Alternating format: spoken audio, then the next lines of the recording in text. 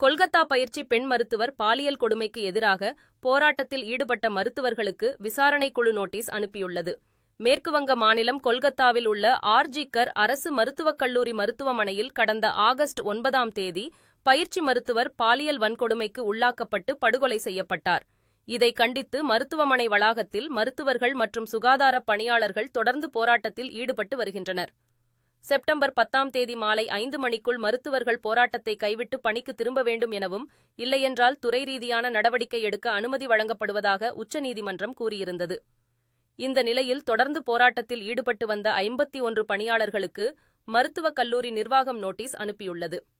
September 11ஆம் தேதி காலை குறிப்பிட்ட 51 பணியாளர்களும் விசாரணைக்குழு முன்பு ஆஜராக வேண்டும் எனவும், அதுவரை ஆர்.ஜி.கர் மருத்துவக் கல்லூரி வளாகத்தில் நுழைவதற்கு தடை விதிக்கப்படுவதாக கல்லூரி நிர்வாகம் தெரிவித்துள்ளது.